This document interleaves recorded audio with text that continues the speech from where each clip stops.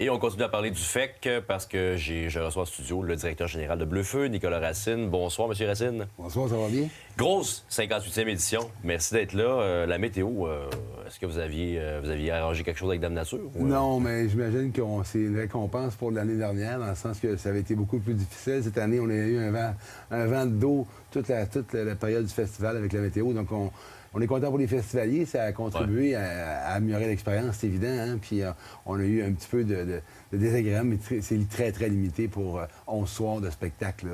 À Québec, on est chanceux. Monsieur En Marche, je parlais à Louis Bellavance, la programmation. Il disait que c'est peut-être la plus équilibrée. Est-ce que c'est votre sentiment aussi qu'elle était? Tout à fait. Hein? On a la chance, puis c'est l'ADN du festival. Hein? On a la chance d'avoir 5 scènes extérieures qui nous permettent d'offrir toutes sortes de styles de musique puis de plaire à tout le monde.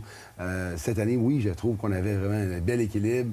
On l'a vu, hein, les foules étaient importantes. Sur l'ensemble de nos scènes, on parle beaucoup de la scène belle, oui. Mais sur l'ensemble de nos scènes, il y a du monde le soir. Les scènes, 2 scènes gratuites, que ce soit la scène Crève ici à Diauville ou à l'Assemblée nationale, ces scènes-là sont pleines aussi. Donc pour nous, c'est vraiment important que toutes les scènes fonctionnent bien. Puis cette année, ça a été vraiment le cas. Je veux qu'on parle de la section VIP, les tentes, les loges corporatives, les zones avant-scène. J'ai été témoin de Fred Durst qui a traité ces gens-là de maisons de retraite, de All-American Reject aussi, qui n'ont pas été très tendres. C'est vrai que le contraste, quand on voit l'ambiance, est quand même fort entre le côté droit de la scène et le côté gauche. Est-ce qu'il y a des avenues de solutions pour que ce soit un peu moins frappant pour les artistes?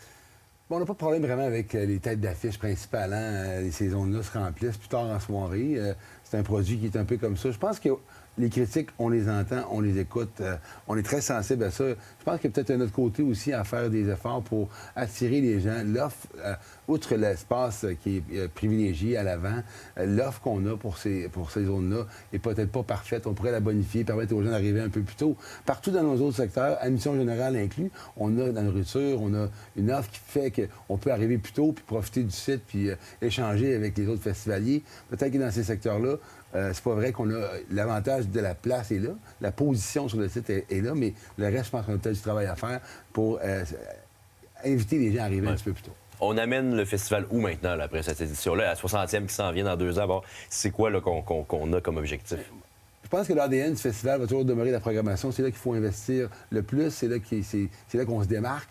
Donc, ça va rester. Mais on travaille depuis plusieurs années sur le contenant du festival, l'expérience, créer des moments d'émerveillement. C'est ça qu'il faut continuer à faire. Il faut développer ça.